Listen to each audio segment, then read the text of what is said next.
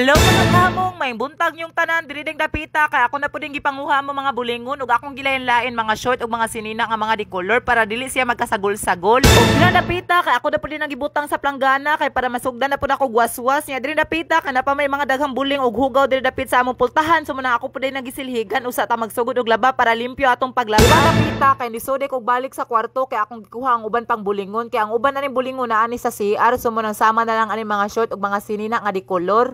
Balik-balik ra gyud yung paglaba kay balik-balik ra man sa ta magsuot og sinina sama na lang ala maligo ta or mag-ilis ta. Syempre mag-ilis gyud ta para dili ta manimahong uwak.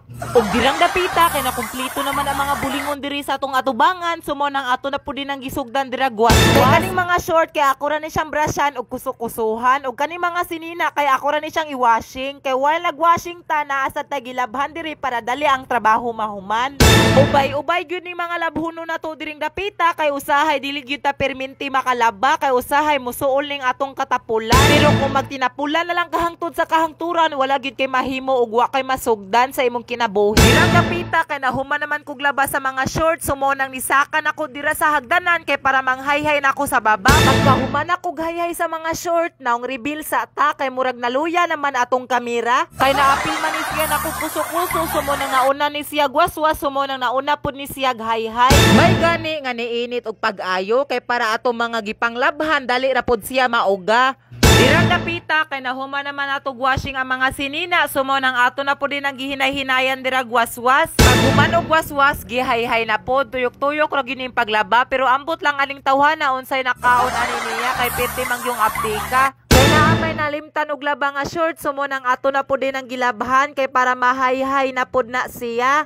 Dirang dapita kay akong gikuha amo mga trapo sa salog kay ako na pud ning labhan kay perti na pong bulingita. Pag human ako glaba sa mga trapo, diri na pod ko sa mga kortina kay perti na pong bulingita ug abog na pod kaayo sa tanan.